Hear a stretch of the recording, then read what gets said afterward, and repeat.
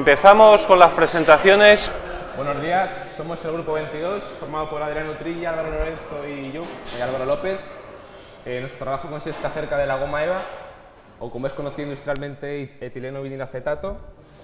A destacar lo primero que es un material que no sustituye a ninguno, sino que complementa a otros materiales. Está formado por un copolímero con unidades repetidas n veces de etileno y m veces de acetato de vinilo. Y una de las propiedades más características suyas, tecnológicas, es su capacidad para absorber impactos, debido a sus propiedades elásticas, que se ven favorecidas por la acción de peróxidos, así como la liberación de nitrógeno, que era una espuma con microburbujas, que explica la ligereza del material y también su gran resistencia mecánica respecto de su densidad. Hemos encontrado unas microestructuras por internet, que no se puede apreciar muy bien, pero la distancia intergranular es bastante apreciable y nos proporciona una resistencia mecánica bastante elevada respecto de su densidad. Está formado también por látex, que es una resina que se encuentra de muchos árboles, es pegajosa cuando está en estado caliente y fría cuando es frágil cuando está fría. Y bueno, el acetato de vinilo tiene mucha responsabilidad en su porcentaje en composición, puede variar entre el 5 y el 50%, aunque normalmente está limitado al 20%, puesto que entre el 30 y el 50% tiene propiedades elastoméricas, así como cuando elevamos la composición en acetato de vinilo, disminuye su densidad, su cristalinidad, pero también aumenta su flexibilidad y su resistencia al impacto. Y a continuación Álvaro os va a explicar las propiedades un poco con más detalle. Sí, bueno, aquí están las propiedades de la goma EVA. La primera propiedad es que es un buen aislante de ruidos. Esta propiedad la hemos testado nosotros muy cualitativamente, porque hemos cogido un altavoz con música y le hemos puesto una lámina de goma EVA delante. Y sí que se notaba la diferencia cualitativamente. La segunda es que tiene una alta resistencia mecánica en relación con su densidad. Soporta muy bien, tiene muy buena resistencia mecánica a pesar de ser un material con muy poca densidad. Tiene una excesiva plasticidad. Coges una lámina de goma EVA, le das un poco la deformas un poco y ya se deforma plásticamente. Es un material muy plástico. Aunque cuanto más, como es un polímero termoplástico, si le das más temperatura, el material es mucho más plástico. Entonces, tiene una alta elasticidad y un fácil procesamiento.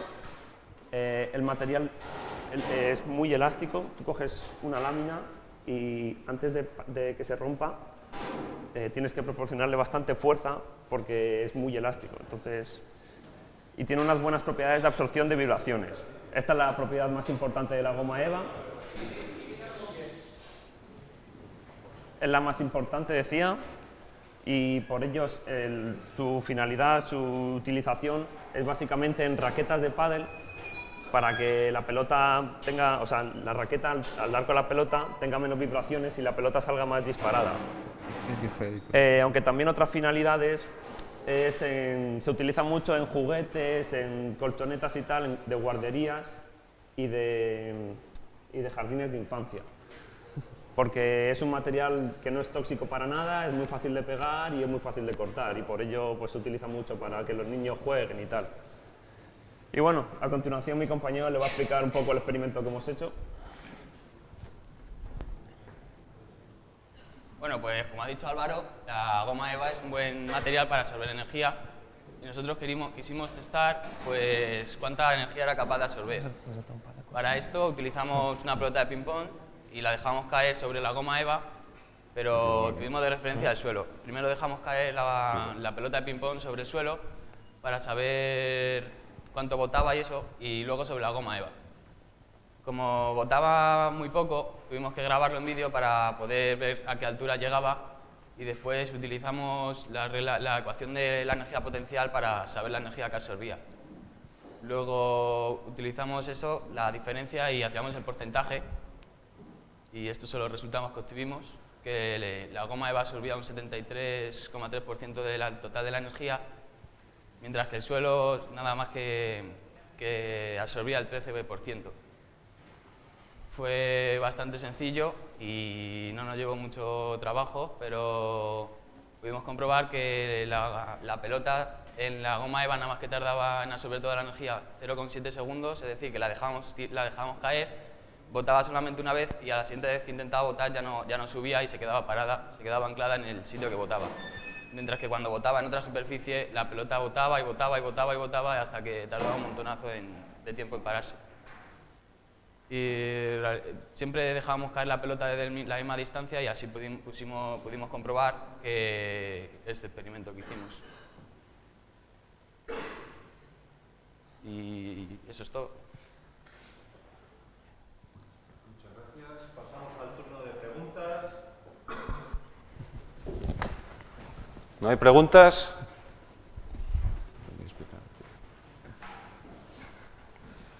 Yo sí que os pregunto, ¿cómo habéis sacado los valores? Es decir, ¿son de un único salto o son de varios saltos o qué es lo que habéis hecho ahí? Pues son de varios saltos medidos todos a la misma altura. En plan, la dejamos caer la pelota de ping-pong a 30 centímetros. En plan, primero sin goma EVA y luego con goma EVA. Y miramos en internet y buscamos... no, 2,7 gramos, perdón. ¿Y habéis tenido mucha dispersión de un sistema a otro? 4 veces y sacamos el valor medio y lo colocamos en la tabla. ¿Y el error, la dispersión no habéis tomado ahí? No, el error no. No, pero vamos, era... ¿Y la goma EVA cómo la conseguisteis? En la tienda de los 20 duros. Los chinos, vamos. Directamente. ¿No? Pues muchas gracias. Pasamos al siguiente grupo. Hola. Hola, buenos días. Somos el grupo 24. Yo soy Alejandro Araujo de Antificción. Es decir, desde un primer momento, bueno, queríamos hacer un trabajo que fuera un poco diferente, ¿no? Teníamos varios proyectos que queríamos hacer. Al principio, bueno, queríamos hacer algunos relacionados con el mundo de la pintura, con el mundo del graffiti, pero no pudimos hacerlo al final. Buen nombre porque venía en la caja y a partir de él queremos sacar sus propiedades haciéndole ensayos. Es decir, también queremos sacar un poco, tenemos un poco de marco teórico que ahora contará mi compañero, tenemos un poco cómo se llama y poco más, y a partir de ahí empezar a sacar propiedades e intentar imaginar aplicaciones para este material. Este es el bloque sobre el que vamos a trabajar y lo explicaron ya en un grupo, así que no voy a explicar lo que ya dijeron. Entonces, el nylon de por sí, igual que todas las poliamidas, tienen unas propiedades deslizantes bestiales, siempre que se conformen de la manera adecuada. Pero a estos materiales se les puede añadir, comparten muchas características con metales, entre ellas la dureza. Vale. En este caso, al material que se le han añadido grasas y aceites a estructura molecular, o sea, que ha cambiado completamente la microestructura del nylon para hacer que deslice muchísimo mejor por las superficies. Es completamente insoluble en agua, lo hemos intentado y no, ni siquiera polvitos, y ni en gasolina, petróleo, etc. Vale, los experimentos. Hemos determinado el coeficiente de rozamiento, ensayos térmicos, conductividad eléctrica, resistencia al desgaste y dureza. El coeficiente de rozamiento es el más importante porque es sobre el que orbitará nuestro experimento de rozamiento estático. Como ya sabéis, hay dos coeficientes de rozamiento, el estático y el dinámico. El estático es mucho más fuerte que el dinámico, ya que al estar parado, cuando el bloque está en movimiento inminente, el ángulo este es igual a este ángulo. Y la tangente de ese ángulo es igual al coeficiente de rozamiento calculado. Y a ver, salía, por ejemplo, para el mismo material, el material sobre el mismo, salía que este ángulo y por tanto este eran de 6 grados. Y sale un coeficiente de rozamiento estático de 0,1 grados. Teníamos problemas para determinar el coeficiente dinámico y cuando se nos ocurrió ya era muy tarde para hacerlo, teníamos que comprar algunas cosas y no lo hicimos al final por cuestiones de tiempo. Pero os podéis hacer una idea que el coeficiente de rozamiento estático es bastante mayor que el dinámico, o sea que echad cuenta. Si este es 0,1. Lo hemos calculado también en una placa lisa de acero suave, y nos salía que el ángulo este era de 17 grados y por tanto tenía un coeficiente de rozamiento de 0,3. Y lo hemos calculado también en la madera y nos salía que el coeficiente de rozamiento era de 0,27. Vale. Luego, hemos calculado la conductividad eléctrica, para ello hemos usado un transformador que le puedes meter el voltaje que quieras y dependiendo de eso te sale la intensidad en función de la resistencia. Hemos usado una plaquita de 4 por 12 por 2, creo, y que no sabemos si lo hemos hecho bien porque no estaba normalizada la probeta, no sabíamos cómo hacerlo, pero aún así hemos determinado, en principio hemos hecho esa primera aproximación y no hemos podido hacerlo mejor. Y hemos observado, cuando cortamos el material para hacer la plaquita esta, lo interesante eléctricamente. Luego, resistencia a la corrosión, hemos tenido en un bote de ácido sulfúrico al 40% o al 38%, que es el típico ácido de baterías. Y lo hemos dejado ahí un rato, pero no hemos observado ningún cambio, así que podemos aventurar por el nivel. Bueno, ahora viene mi parte, ¿no? También hemos realizado ensayos térmicos. Pues muy sencillo, cogemos la plaquita y la metemos en el horno, a ver qué pasa, ¿no? Hasta qué temperatura más o menos aguanta. Lo pusimos hacia unos 230 grados y veíamos que no pasaba nada, es decir, no veía el material, que no se derretía, que no pasaba nada, pero empezamos a ver que se empieza a ser rugoso y empieza a tener partes negras, ¿no? Ahí están pasando una plaquita, ¿no? Con la que lo hicimos, y es muy interesante también porque al sacarlo, al haberse empezado a ser rugoso, ha perdido su capacidad de material antifricción, ¿no? Es decir, ya no desliza tan bien como deslizaba antes. Esto es una propiedad esto es algo muy a tener en cuenta ya cuando queramos hacer las aplicaciones, ¿no? Porque a lo mejor si ponemos una aplicación que vaya a una temperatura bastante alta, va a cambiar totalmente sus propiedades el material. Este es un comportamiento que también nos extrañó porque sabiendo que el nylon es un termoplástico, o sea, hemos visto que presenta un comportamiento termoestable. Antes de fundirse se quema el material, así que no sabemos qué hemos hecho mal. Bueno, ahora también hemos hecho la resistencia al desgaste. Cogemos una lija, pusimos la placa, empezamos a darle con una fuerza constante a ver en cuánto tiempo se presentaba un cambio o se hacía polvo, ¿sabes? Creíamos que iba a ser muy rápido, creíamos que no iba a presentar casi resistencia al desgaste, pero nos equivocamos, tenía una gran resistencia al desgaste. Estuvimos dándole con la lija bastante tiempo y lo máximo que pudimos sacar fue esta pequeña hendidura, ¿no? Y pues ensayo de dureza, al no tener durómetros ni nada, pues escogemos la escala Mohs, ¿no? Empezamos a utilizar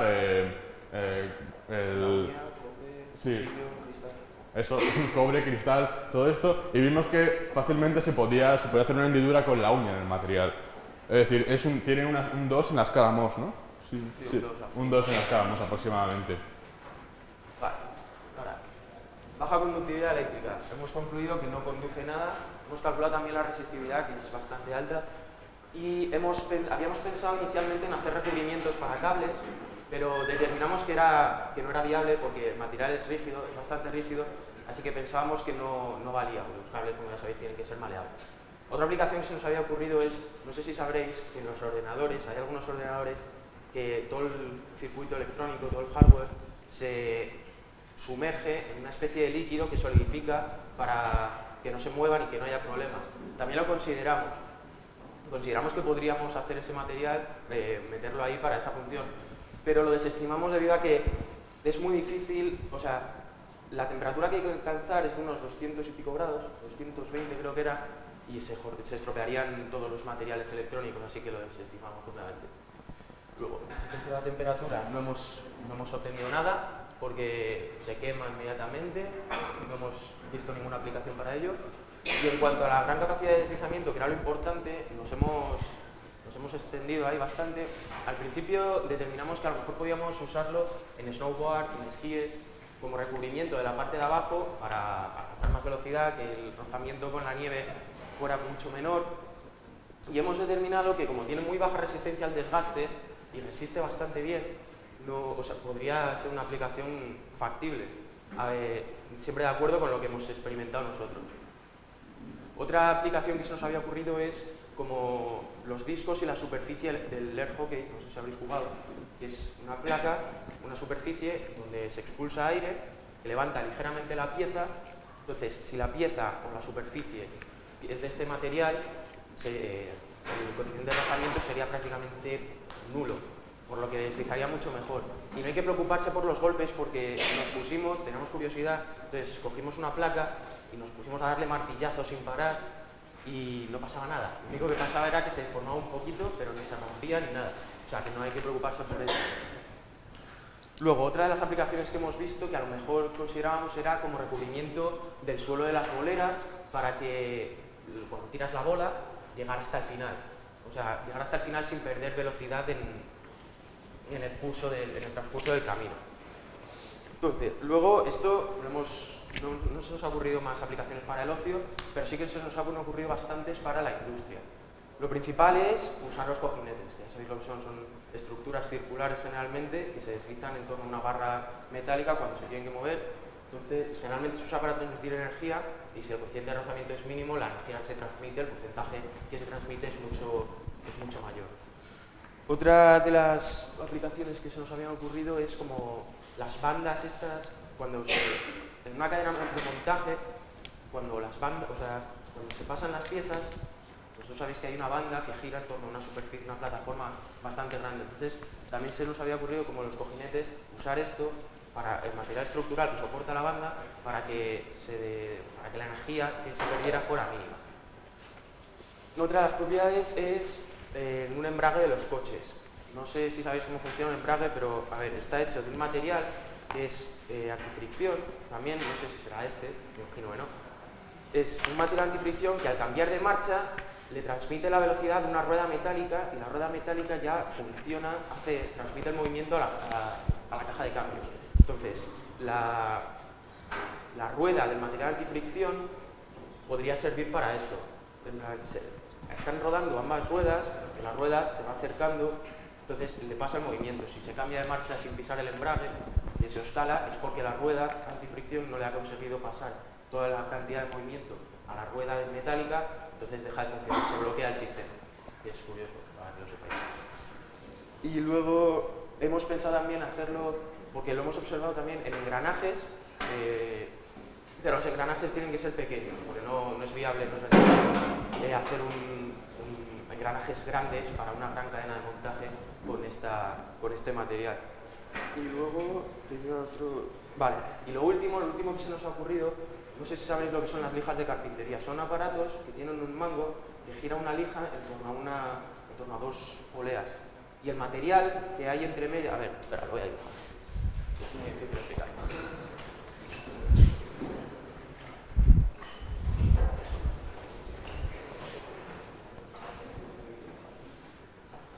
Entonces, aquí está la lija.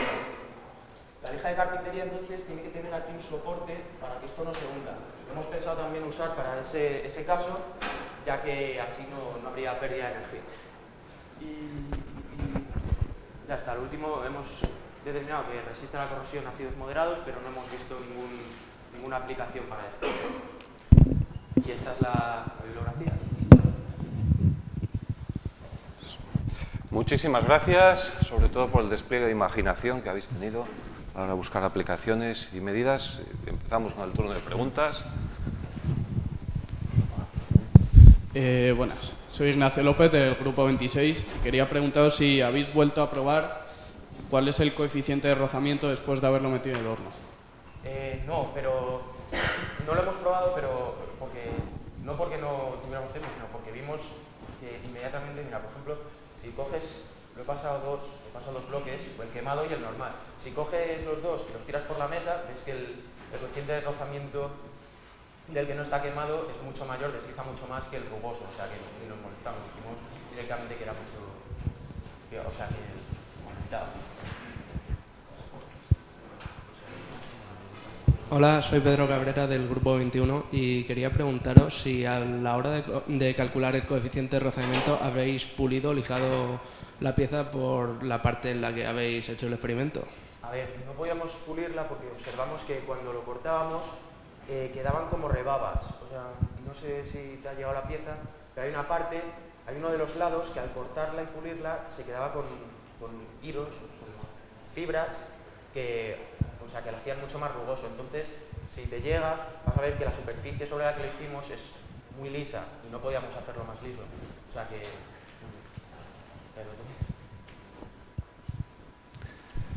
¿Más preguntas? Sí. Buenos días, Juan Ignacio, Grupo 8. Habéis dicho que al inicio de la exposición que se os ha ocurrido el coeficiente dinámico. Pues me gustaría...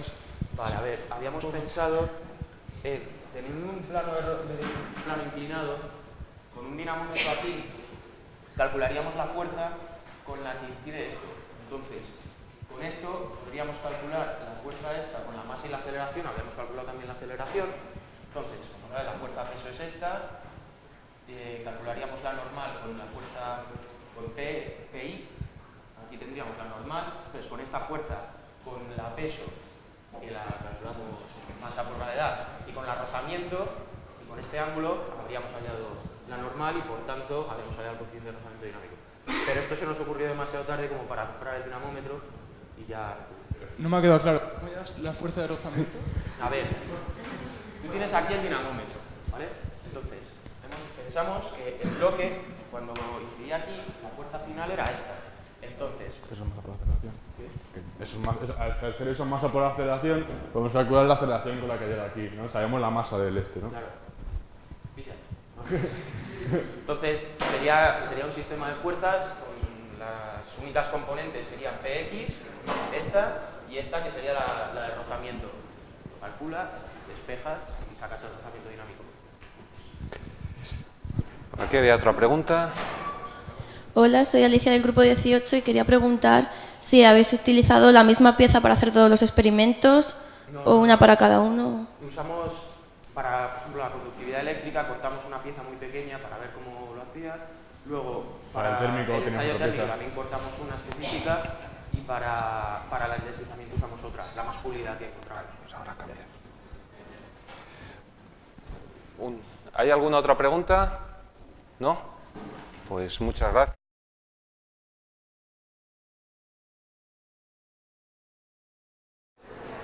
Bueno, antes de todo me voy a presentar, yo soy Manuel Abad y estos son mis compañeros Carlos Sabido y Udo Alcolea.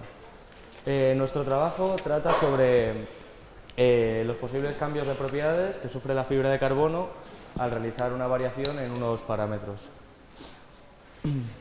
Bueno, antes de todo, para conseguir sacar estas conclusiones tenemos primero que realizar unas fibras que las explicará posteriormente Sabido y hacer unos ensayos de rotura con estas fibras.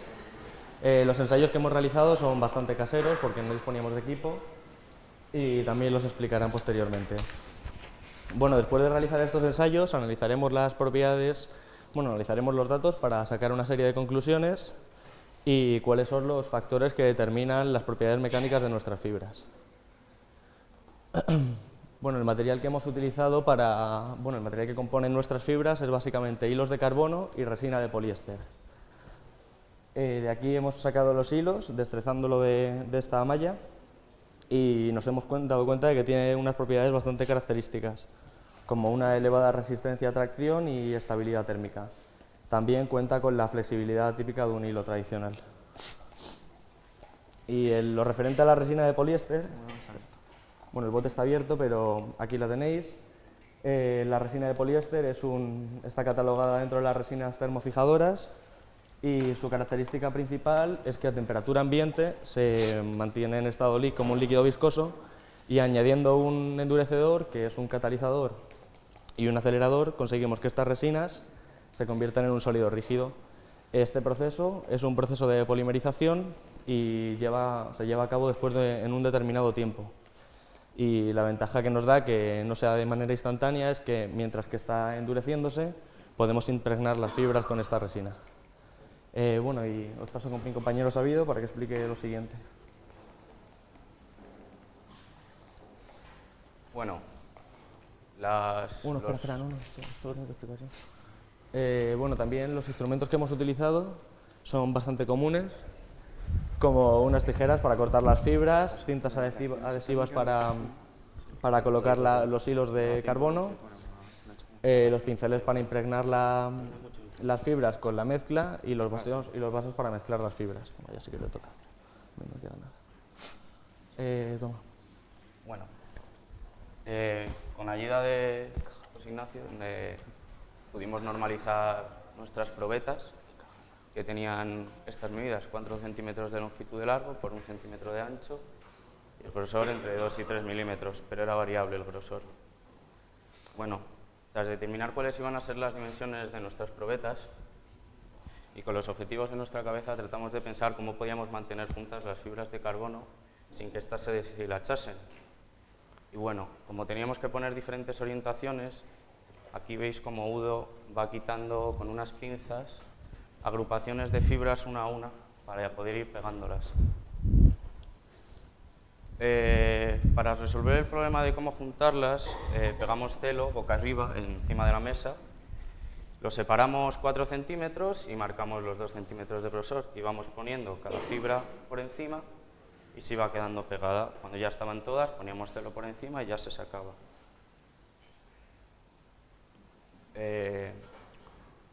Aquí veis cómo quedaba ya después de arrancar el celo de la mesa.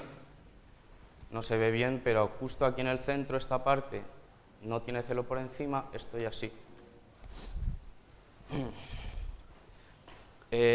Con todas las probetas hechas hicimos la mezcla de resina con el catalizador con un 4% de catalizador, que era lo recomendado para que no aumentara mucho la temperatura.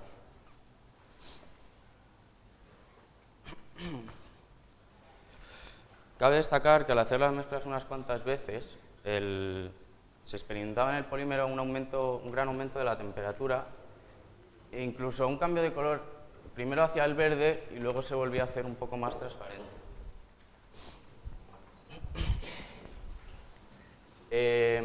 Bueno, mezclábamos, como veis aquí, la resina con el catalizador, que es aquello rojo de ahí, que se ve que está en menor cantidad. Se mezclaba rápido para que no quedaran con grumos y se iba aplicando con un pincel en las probetas. Aquí se ve mejor. Gracias a que la parte que no era probeta estuviera cubierta de celo, pudimos recortarlo sin que esto se pusiera muy duro. Y eso fue de gran ayuda. Bueno, así quedaron las probetas endurecidas y ya recortadas.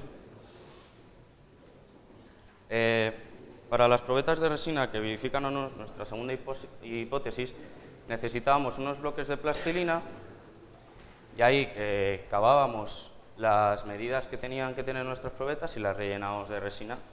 La roja lleva mayor catalizador y la que es más transparente lleva menos. Ahora os pasaremos unas muestras. Y bueno, por último voy a explicar por qué aumentaba tanto la temperatura en la mezcla.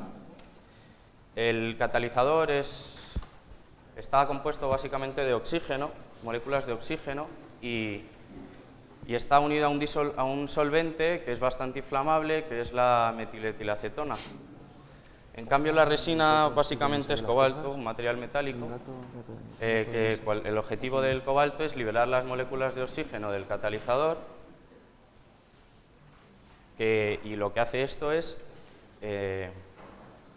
cruza las cadenas de moléculas de la resina y esto hace que endurezca. El aumento de temperatura se debe a que cuando hay mucho cobalto salen muchas moléculas de oxígeno y se desprenden gases inflamables, y el catalizador, siendo un material que es casi autoinflamable, pues llegaba en momentos a producir incluso humo y a prender solo. Hay más de la mitad de las fábricas del mundo de esta resina han tenido accidentes de este tipo, debido a tirar los desechos de catalizador sin pensar bien en las proporciones. Aquí podéis ver un vaso que Udo ha hecho, bueno, en teoría lo vamos a hacer ahora también, pero no se va a ver terminado. Es un vaso hecho de fibra de carbono y se ve por fuera como está bien aplicada la resina y bueno. Después hicimos unos ensayos y le paso... Antes de nada, pues eso, los ensayos van a consistir de coger siempre, gracias a un gato de mesa, poner una longitud y poner las probetas y desde ahí, gracias a un hilo y un peso, que en este caso el peso será agua, para poder calcular la masa que le hemos puesto hasta la rotura, ver cómo rompen. De este modo, viendo las diferentes posiciones de las fibras de las probetas, veremos qué probeta aguanta más y por qué. Como podéis ver, esto es un esquema, sería la garrafa de agua según el peso que le hemos puesto en agua, luego calcularíamos qué peso hemos puesto para saber con cuánta fuerza rompe.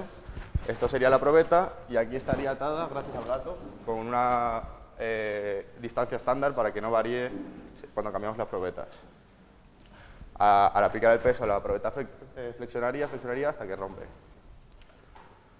Esta es la tabla que hemos obtenido de los resultados. Podemos ver cómo cuando se ponen las fibras en el eje de la probeta, tiene un mayor aguante y sobre todo consiguen flectar mucho más antes de romper. En cambio, si las ponemos paralelas al eje, perpendiculares al eje, como podemos ver aquí, no aguantan mucho, unos 14 newtons. Luego también cabe destacar, aquí como podéis ver las probetas rotas, esta sería paralelas al eje de la probeta, en este sentido.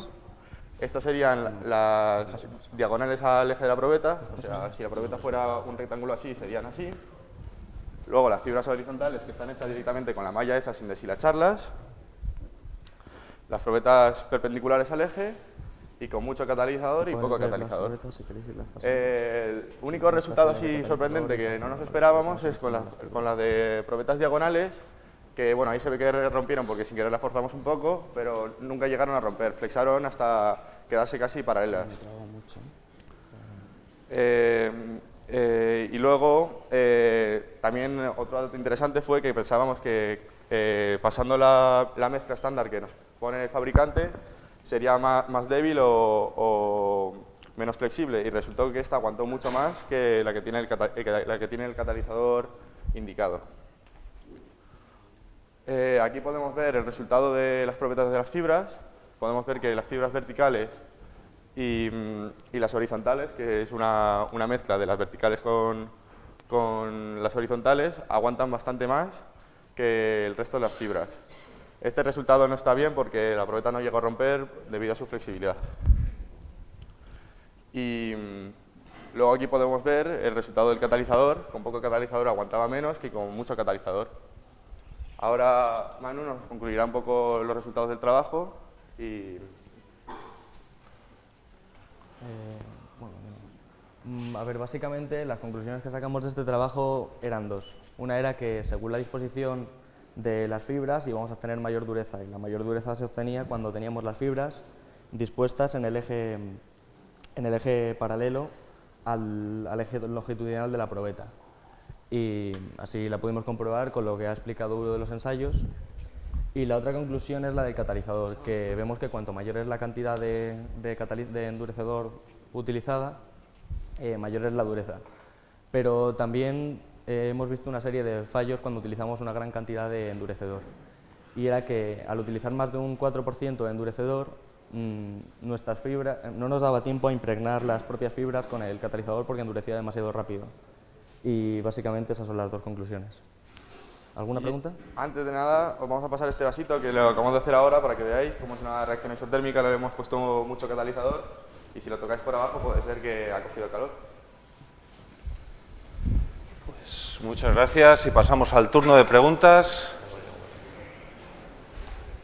Os pasáis el micrófono, por favor.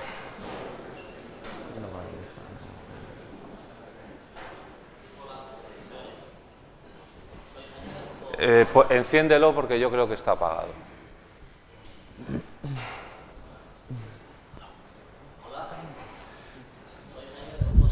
Espera un momento porque no se te está cogiendo.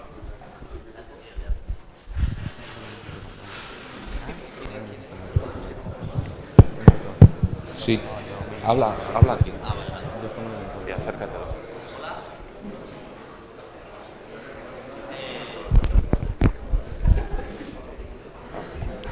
Hola. Vale, sí. Soy Jaime del grupo 30 y mi pregunta es ¿de dónde habéis sacado las fibras? Las fibras las he conseguido yo del Club Náutico, donde siempre he estado navegando toda mi vida y hemos estado ahí siempre trabajando con ellas. Y es por eso que nos ocurrió este trabajo, porque no era la primera vez que yo ya tocaba este tipo de material y lo utilizaba. Porque para la náutica se utiliza para reparar barcos, para fabricar piezas, entonces estamos casi siempre en contacto con ellos. Hola, soy Alejandro del grupo 20 y quería saber cuánto cuestan las fibras antes de juntarlas con la resina y eso. La fibra no se vende así como lo habéis visto en las probetitas, se vende como el retal ese que habéis visto y es al metro y suele costar unos 50 € el metro cuadrado de fibra de carbono. Es un material un poco costoso y luego el catalizador, nada, este bote creo que nos costó 10 euros, lo podemos comprar en el Decathlon incluso y no, lo caro es la fibra, sobre todo el carbono. Yo soy Carolina Cruz del grupo 20 y a ver, he visto que se supone que habéis hecho para trabajar las mallas, o sea, habéis deshecho los hilos, ¿no? Y luego habéis hecho vosotros las mallas, ¿no? Pero para el vaso no, ¿no? No, para el vaso directamente hemos cortado los retales y lo hemos puesto, los hemos ido pegando porque no era el objetivo del vaso, O sea, era pero solo para que con el veáis vaso- que era una manera sencilla, que no es algo científico ni algo que necesita una gran maquinaria para hacerlo, que cualquiera en su casa lo puede hacer. ¿Más preguntas? ¿No? Pues muchas gracias. Pasamos al siguiente grupo.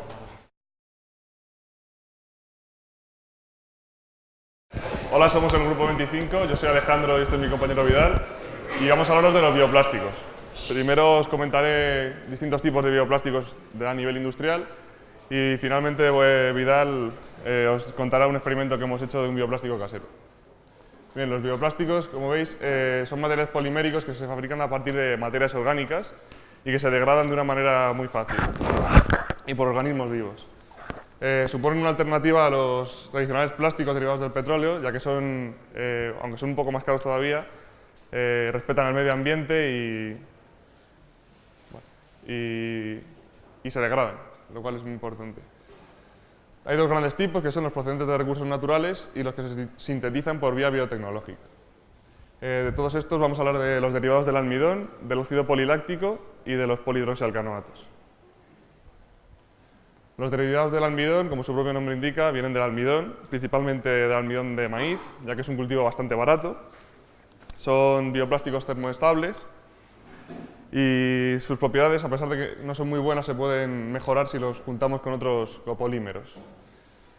Su principal uso es en materiales de embalaje, pero ya últimamente la industria automovilística y los neumáticos lo están introduciendo en los neumáticos, ya que han observado que reduce las emisiones de CO2 y los ruidos producidos por los coches. El ácido poliláctico, o PLA, se obtiene a partir de la polimerización del ácido láctico. El ácido láctico se obtiene por dos vías, por la vía química y por la biotecnológica. La biotecnológica es la más importante y representa el 95% de la producción. Es una producción que se está investigando por un montón de multinacionales como P&G. Y el principal problema, como digo, es que es un poco caro, no es rentable todavía, si lo comparamos con los precios del petróleo. Pero claro, cuando suban en los próximos 10 años, pues a lo mejor es una alternativa viable. Las aplicaciones son múltiples y en sectores muy diversos. Como podéis ver aquí, estos son tornillos de engranaje óseo que se utilizan en biomedicina, pero también se utilizan en algunas nuevas botellas de agua y de aceite. Sustancias carbonatadas como la Coca-Cola y tal no funcionan bien porque reaccionan y se deshacen. Por otra parte, los polihidroxialcanoatos, PHA, se obtienen directamente de cultivos biotecnológicos, es decir, tenemos un cultivo de una bacteria, le inducimos unas condiciones, por ejemplo, falta de oxígeno o de fósforo, y empieza a fabricar de manera automática el polihidroxialcanoato ya final, o sea, no tenemos que hacer una polimerización después. También son termoplásticos o elastómeros y pueden procesarse por los equipos actualmente usados en la industria de los plásticos derivados del petróleo, como estudiamos en estructura de materiales 2. Es decir, por extrusión, por inyección, por rotomoldeo y tal. Esto es un microorganismo de los que fabrican el PHA. Bueno, las consideraciones medioambientales de estos plásticos, como he dicho, es que lo mejor que tienen es que se degradan muy fácilmente. Y bueno, esto es muy importante porque ahora mismo los plásticos que tenemos derivados del petróleo son contaminantes y no se degradan nada fácil. Estos son ya envases que se están utilizando en la industria de la alimentación y aquí podéis observar pues tanto un tapón como una botella de bioplásticos cómo se van biodegradando. Y eso es todo. Podemos ver. Bueno. No, esa es la parte. Ahora viene el experimento. Hemos hecho un experimento en el que se basa en realizar, hemos hecho 3 bioplásticos con los mismos componentes, pero variando un pelín la composición. Y variamos la composición de glicerina. Este tiene 5, 10 y 15. Aquí los podemos ver y ahora los vamos a pasar. Podéis, mientras los pasáis y los tocáis, podéis ver sus propiedades. Este es el de 5 gramos de glicerina. Vale. Aquí está el de 10, podemos ver que es un poco distinto. Y aquí está el de 15, que se ha cuarteado por completo, no se ha podido formar bien. Nuestro experimento es hacer estos tres bioplásticos, son del mismo tipo y teóricamente iguales, pero variando un poquito la composición, y vamos a hacerles ensayos para ver cómo varían sus propiedades. Los ingredientes son muy sencillos, es agua, harina de maíz, que es de donde sale el almidón, que es básico para hacer los bioplásticos, vinagre y glicerina. Son ingredientes muy sencillos y que podemos obtener, bueno, en sitios, en un supermercado, sitios así. Agua usamos 50 gramos, harina de maíz y vinagre 10 gramos en todos, y la glicerina es el componente que cambia, 5, 10 o 15 gramos. Son muy fáciles de preparar. En una cazuela y en una vitrocerámica normal mezclamos los componentes, los removíamos un poco, se disolvía perfectamente y se quedaba un líquido lechoso así muy blanco que se iba secando. Lo echábamos sobre una placa de madera, lo extendíamos y teníamos los bioplásticos. Teníamos que dejarlos secar y cuando estén secos les realizábamos los ensayos. Hemos hecho 4.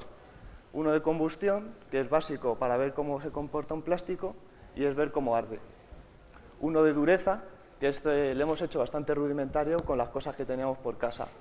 Uno de opacidad, que es ver si es transparente, si no, cómo deja pasar la luz. Y otro que es facilidad para el secado, porque ya os adelanto que unos se van a secar muy bien y otros, como podéis ver, no se puede secar, está totalmente cuarteado. Bueno, este es el ensayo de dureza.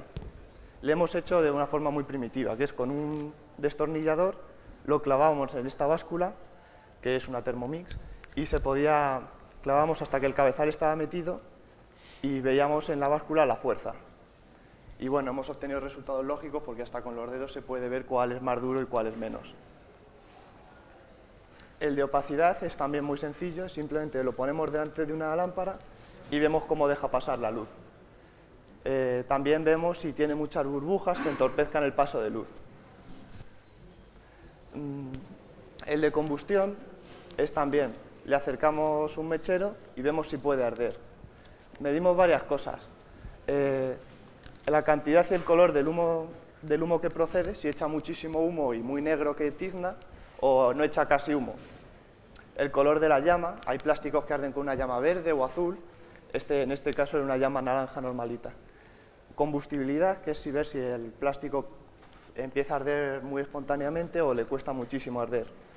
Tipo de fusión, que si se funde, queda completamente hecho cenizas, o como en este caso, que queda una goma carbonizada. Y luego la última es la facilidad de secado, que es cuando lo secamos, ver si se queda bien. Este se ha quedado hecho una lámina perfecta, muy fina, y este, sin embargo, se ha cuarteado totalmente, no sirve para hacer piezas grandes. Bueno, los resultados son, esto es el ensayo de dureza, según la composición. 15 gramos de glicerina, 10 y 15.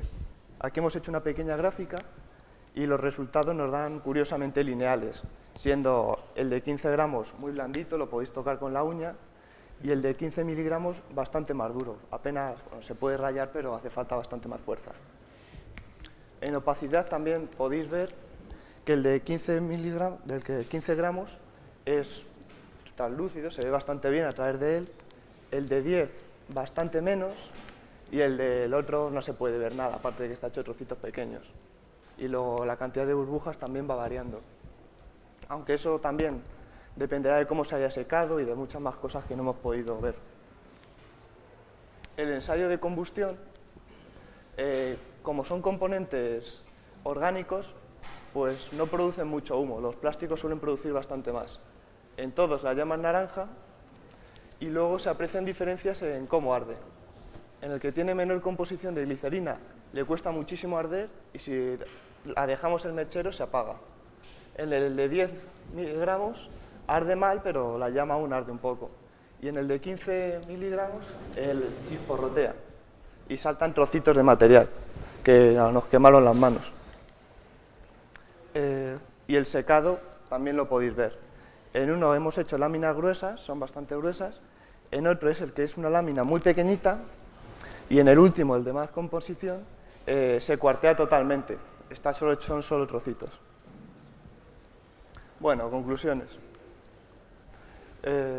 Hemos podido observar cómo varían las propiedades del material gracias a su composición. Podemos ver cómo si aumenta la proporción de glicerina, pues aumenta su dureza, su opacidad, se quema mejor. Y bueno, este material no destaca por sus propiedades mecánicas, pero tiene una gran cantidad de usos. Puede ser, por ejemplo, un aspecto que no hemos podido comprobar es que se degrada al cabo de un mes. Como solo han pasado 3 semanas, pues no hemos visto si se degrada o no, pero sí que se nota que son como más aceitosos al tacto. Creo que se está degradando, como decían en internet. Y los usos van a ser usos en los que se tengan que durar un mes o así. Por ejemplo, contenedores para una semilla, que lo plantas en la tierra y en un mes se deshace y la semilla germine. O todo tipo de cosas que solo tengan que durar un uso o un mes. Hemos hecho aquí una que también rebota bastante. Bueno. Pues da igual. Y si queréis pasamos las pelotitas de estas.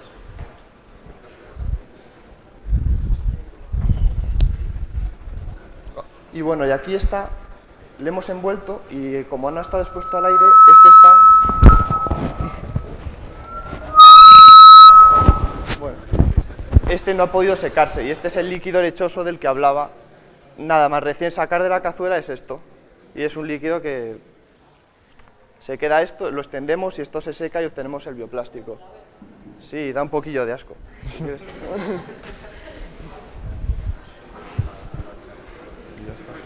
Y bueno, esto es el final. Bueno, esta parte ya. Y muchas gracias por su atención. Si quieren preguntas. Muchas gracias por la exposición y pasamos al turno de preguntas. Yo os quería preguntar antes que os pregunten todos 2 cosas. La persona que os falta, ¿qué parte habría hecho? Otros tipos de bioplásticos. Y también ha hecho sobre su futuro impacto ambiental, el futuro de los bioplásticos, cómo va. Y segunda, ¿por qué no habéis tratado de cuantificar un poquito más? Es decir, habéis hecho medidas cualitativas, pero no cuantitativas, que es en lo que se basa la ciencia. Pues hemos intentado hacer probetas, pero era muy difícil, se nos cuarteaban, Gracias. Pues pasamos a las preguntas de vuestros compañeros. Soy Javier de Pino, del Grupo 20. Quería saber cómo habéis conseguido la glicerina. La glicerina creíamos que iba a ser difícil de obtener, pero nada, fuimos a una farmacia y nos preguntaron cuánta queríamos y nos dieron un botecito y nos costó 3 euros. Es bastante sencilla de obtener.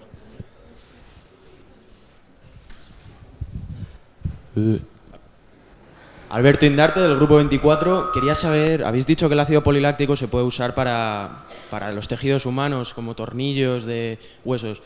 ¿Hay otro plástico que hayáis estudiado que pueda usarse también en biomedicina?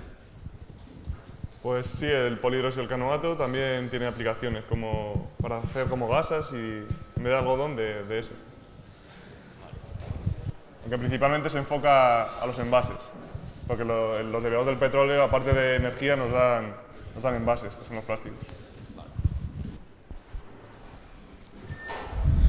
Hola, Juanjo López, del Grupo 19. Mi pregunta es si habéis utilizado alguna forma de cuantificar la temperatura para aseguraros de que permanezca constante. Pues ha sido bastante casero, porque se hizo en la vitrocerámica y bueno, según veía yo que bajaba el agua, pues lo saqué y lo eché. No, a lo mejor seguramente por eso es en las diferencias en las burbujas, pero bueno, no he encontrado más otra forma. Enrique Rodríguez, del Grupo 12. ¿Por qué habéis decidido cambiar la cantidad de glicerina y no la de harina de maíz o algún otro componente?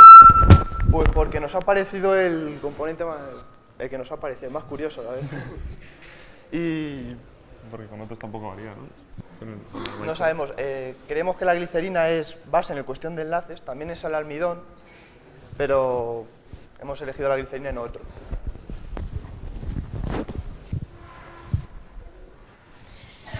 Carolina Cruz, del grupo 20. ¿Y cuánto ha tardado en secarse? Casi una semana. Nosotros hicimos esto una semana antes de entregarlo porque no se nos secaban los plásticos. Estuvimos bastante agobiados con ese tema. Pero bueno, se secaron y no han variado mucho. Lo malo es que se han ido degradando poquito a poco. Son más aceitosos al tacto, antes eran mucho más secos. ¿Alguna otra pregunta? ¿No? Pues pasamos al siguiente grupo. Muchísimas gracias.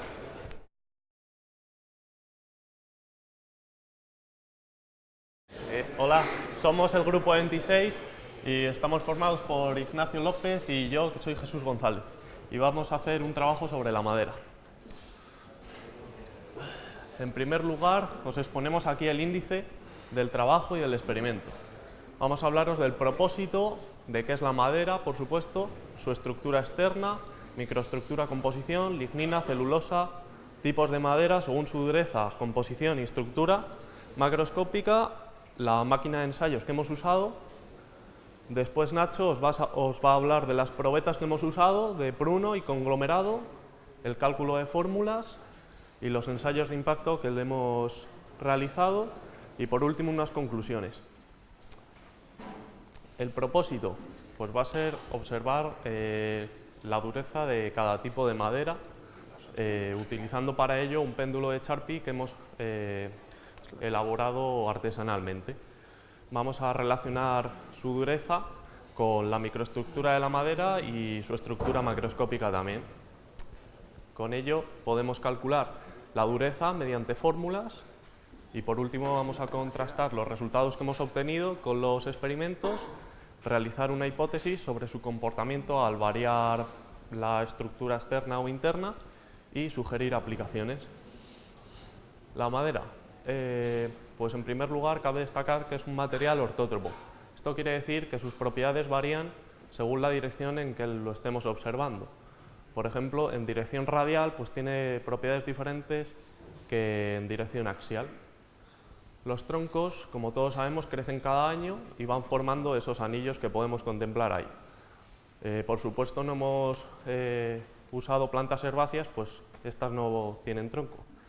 Las aplicaciones de la madera, pues como todos sabemos, son fabricación de papel, mayormente, para alimentar el fuego como biomasa en las chimeneas, en ingeniería, para hacer cualquier tipo de estructura, y medicinal, pues las plantas medicinales que todos conocemos, como puede ser la manzanilla u otras plantas herbáceas para hacer infusiones.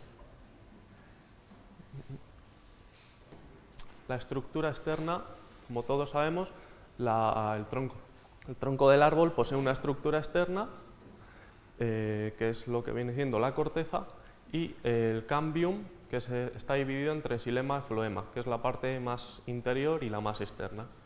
La albura y el duramen, que es la parte interna, y la médula vegetal. En esas fotos podéis ver las partes señaladas.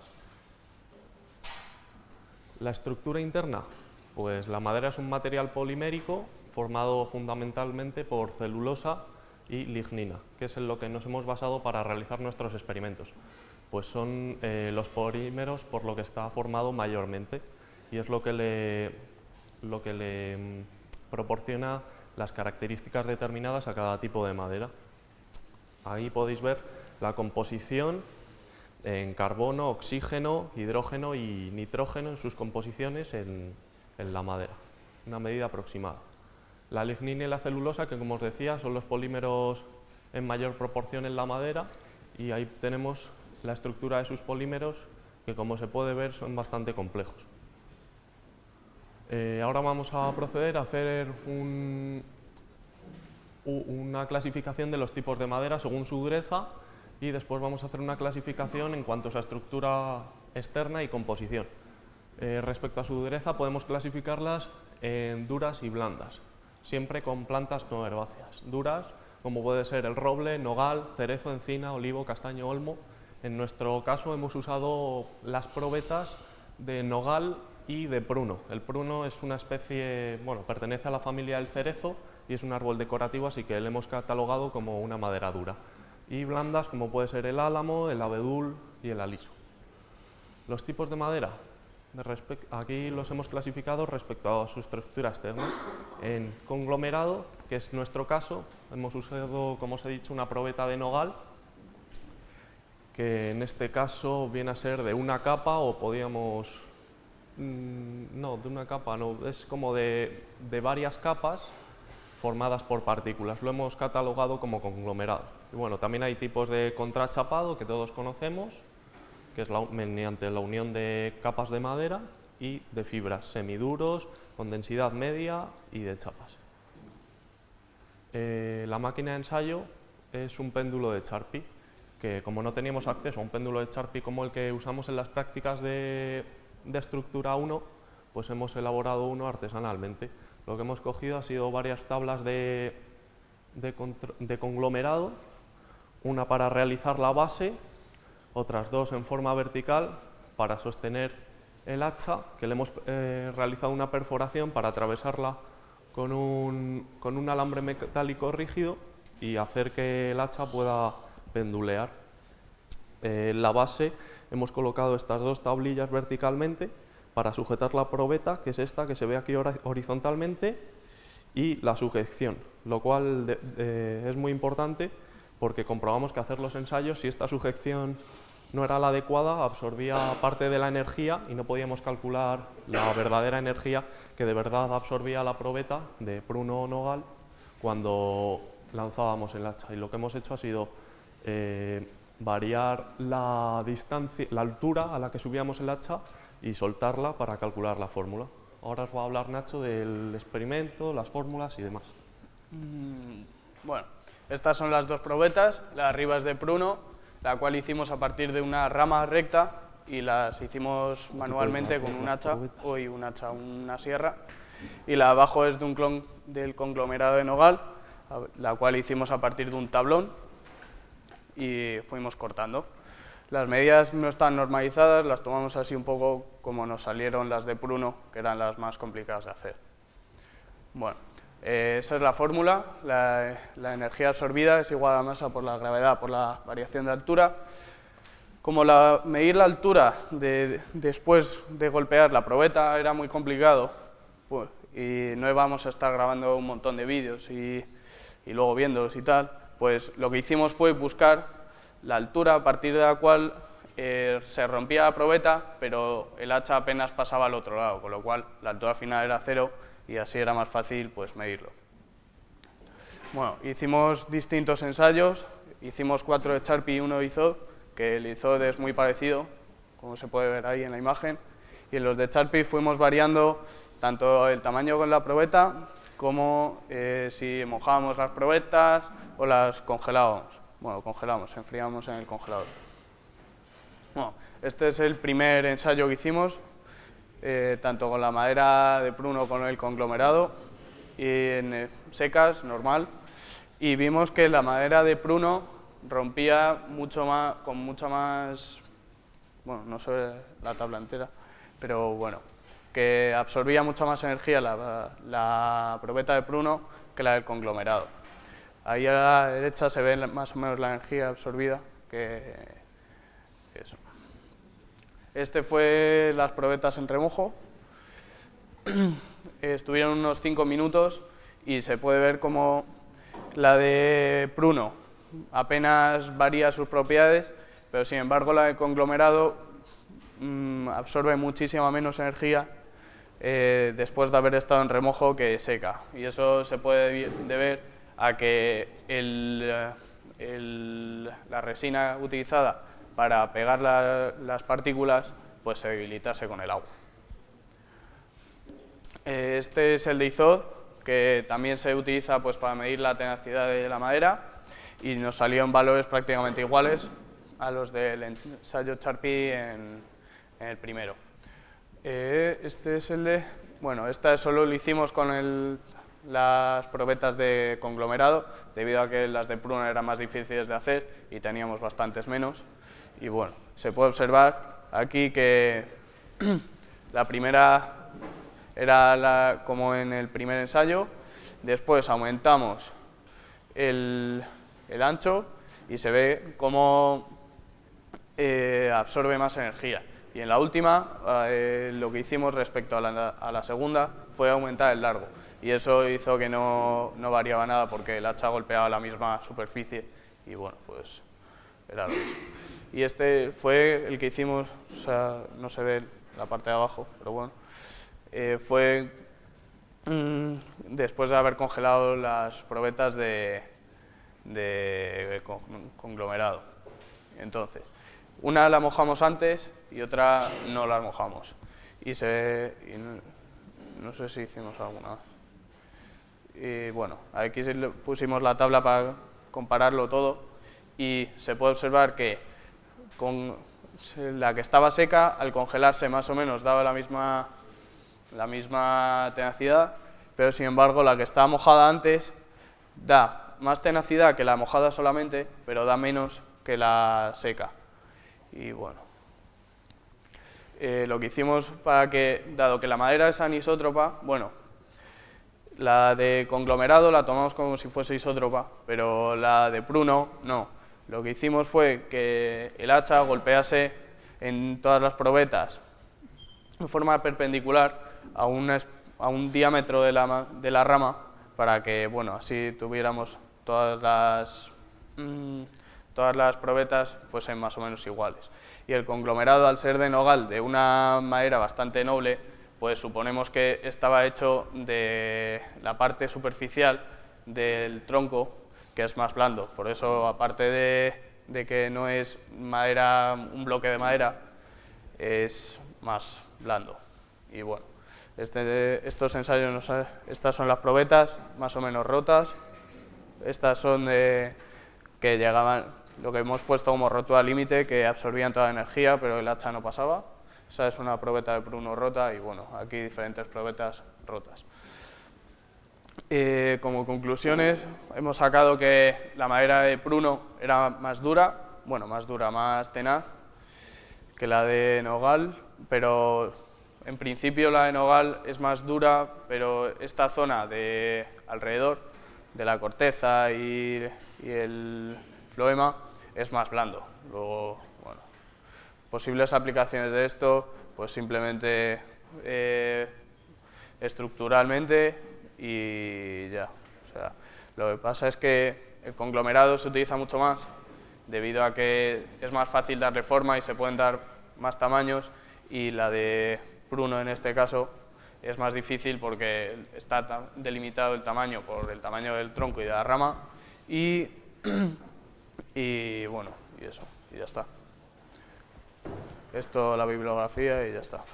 Bueno, Antonio Fernández no lo ha hecho en principio. Habíamos pensado también hacerlo con pino, dado que es gimnosperma y no presenta anillos de crecimiento, pero bueno, ha abandonado la asignatura y no hemos tenido pino.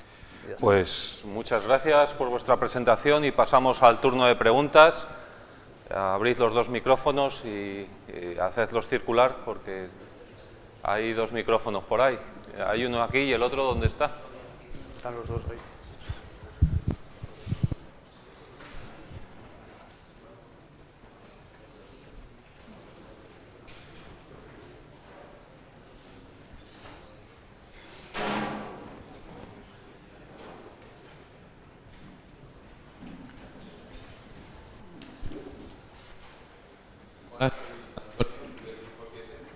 Y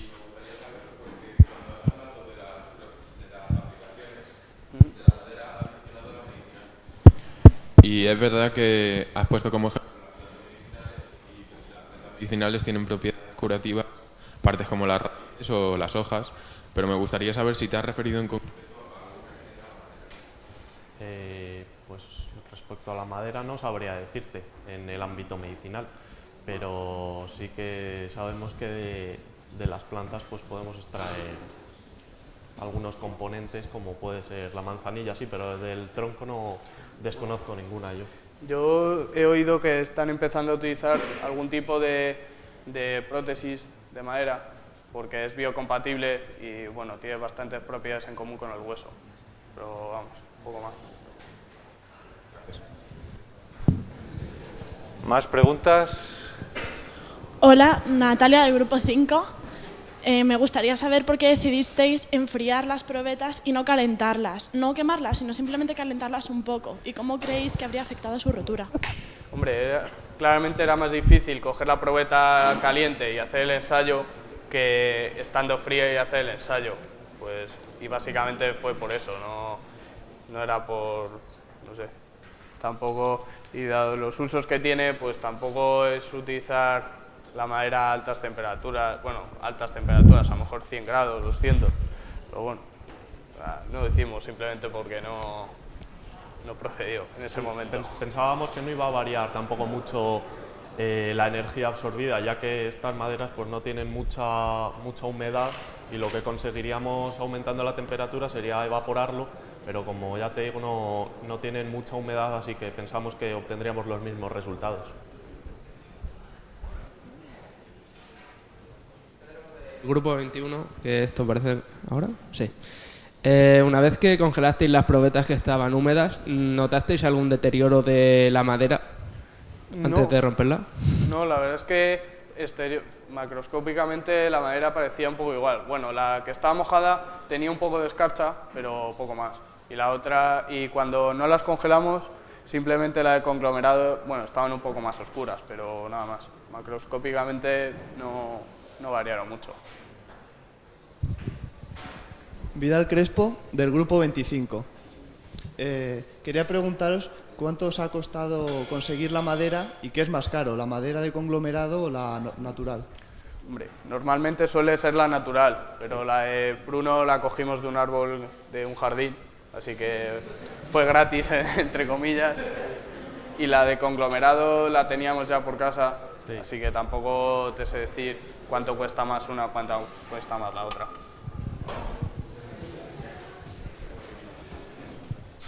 Al ser conglomerado, pues no cuesta mucho, pero en el caso del nogal, que es una madera noble, pues si las traemos directamente del tronco para hacer cualquier tipo de mueble o elemento decorativo, pues es bastante cara. Vale. ¿Más preguntas? ¿Una última pregunta? ¿No? Bueno, mañana os recuerdo que empezará el grupo 27, seguirá el 28, 29, 30 y el 32 pues dependerá de la rapidez de los grupos anteriores, pero deberá estar preparado.